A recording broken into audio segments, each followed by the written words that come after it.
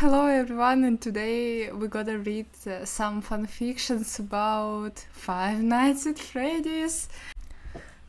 So, I just saw the second movie and I was like, okay, we need to read fanfictions.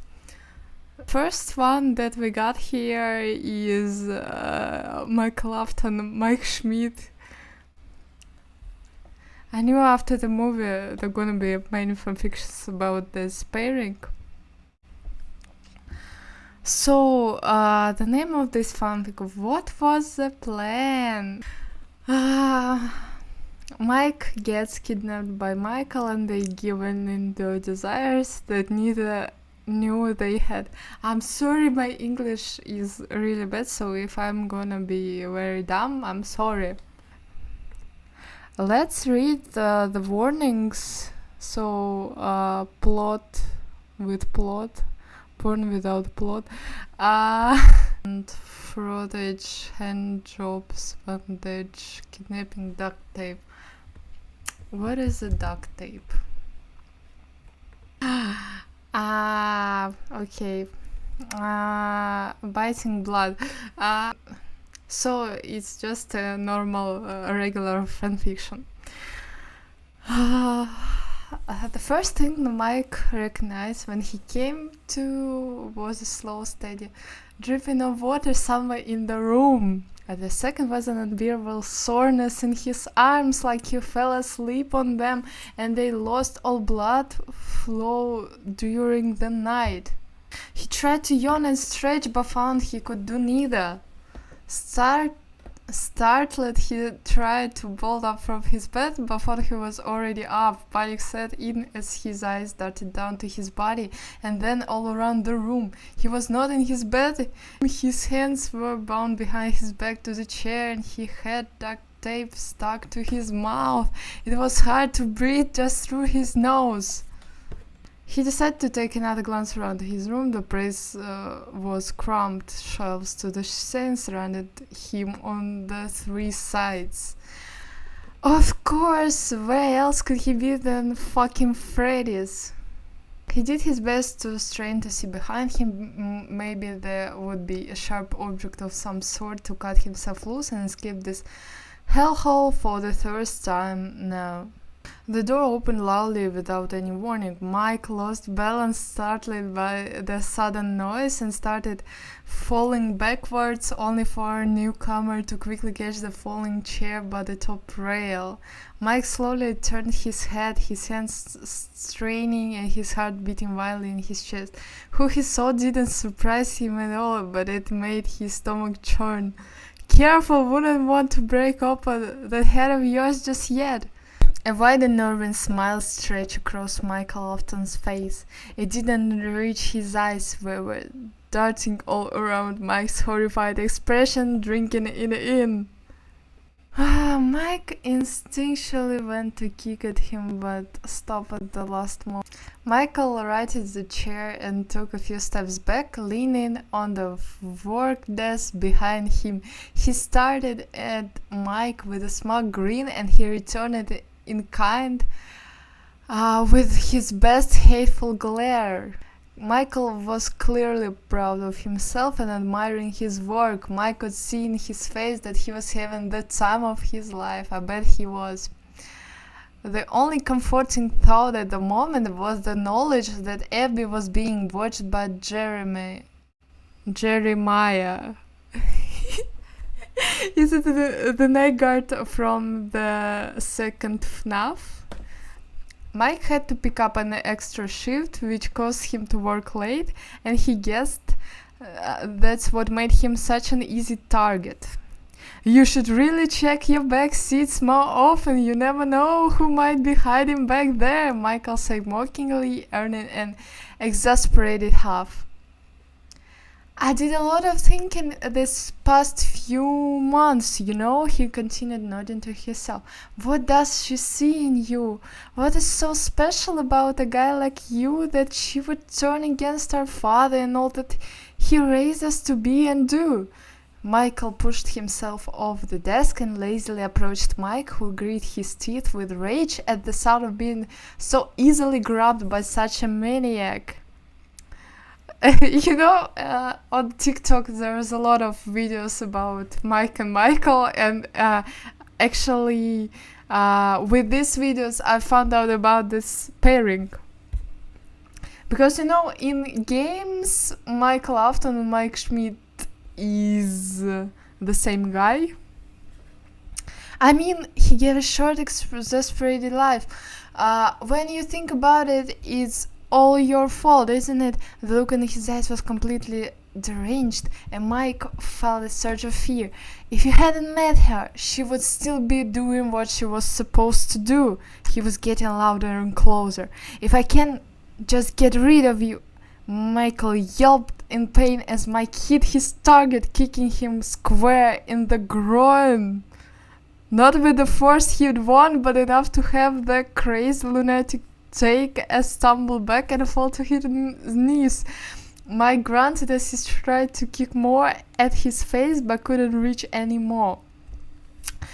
Michael raised his head after a few seconds with a look of pure rage. "You little bastard!" he yelled and lunged towards Mike. He couldn't react fast enough to kick him again. Michael, fast as the lightning in the storm outside, grabbed Mike's hair and yanked his head back, pressing a large switchblade to his throat. Mike's breathing was bordering on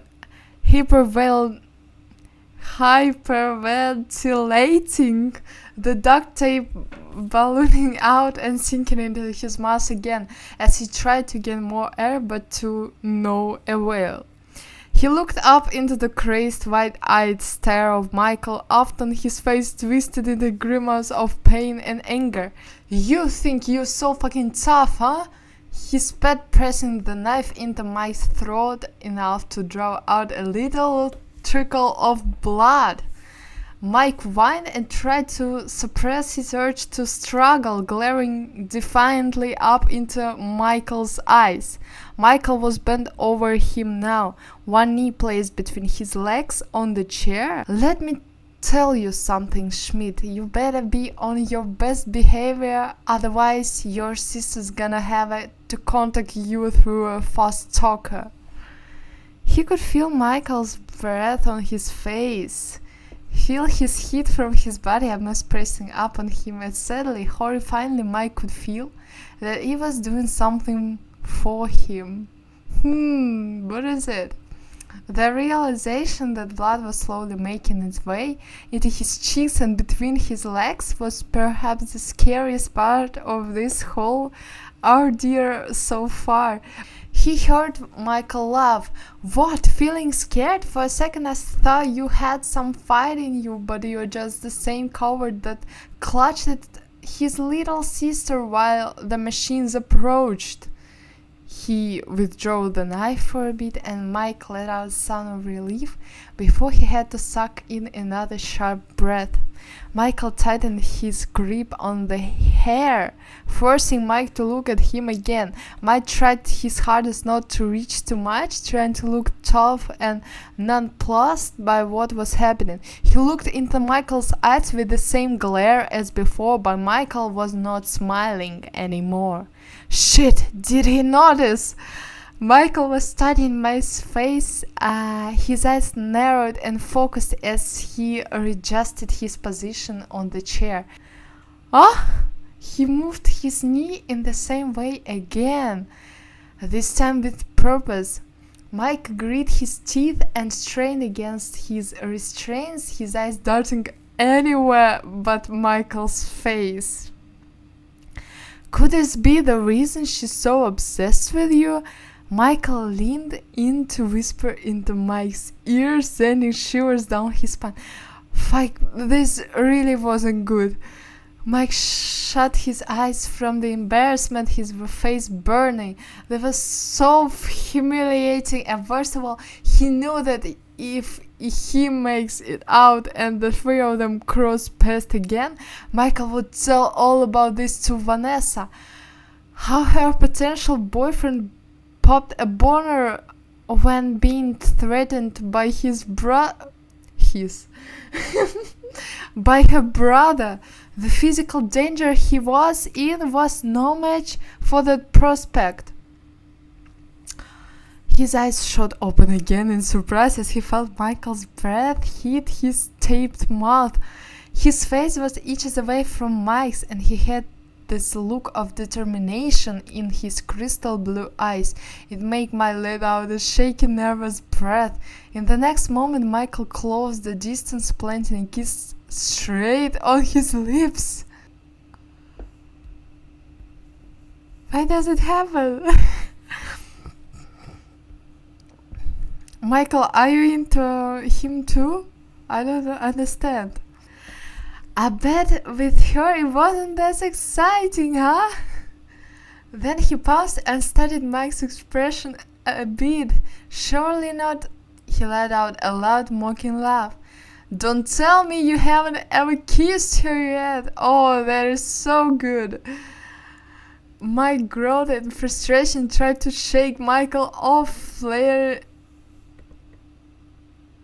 flailing wildly in his chair. This had to stop now, but he has no choice but to freeze again. But he felt the cold steel of the knife pressed back into his ribs this time. What's the matter? Fight left you again?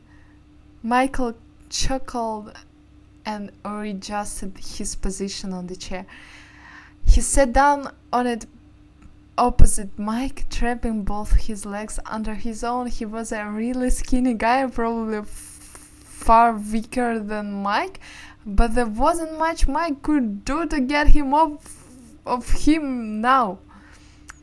Michael kissed him again, but this time he tucked his head back a little gently, exposing his neck and his knife wound. He planted a few kisses as he went down, eventually stopping at the incision. Okay, that was hard. Let's find out something more. I want to see some fanfictions about Foxy.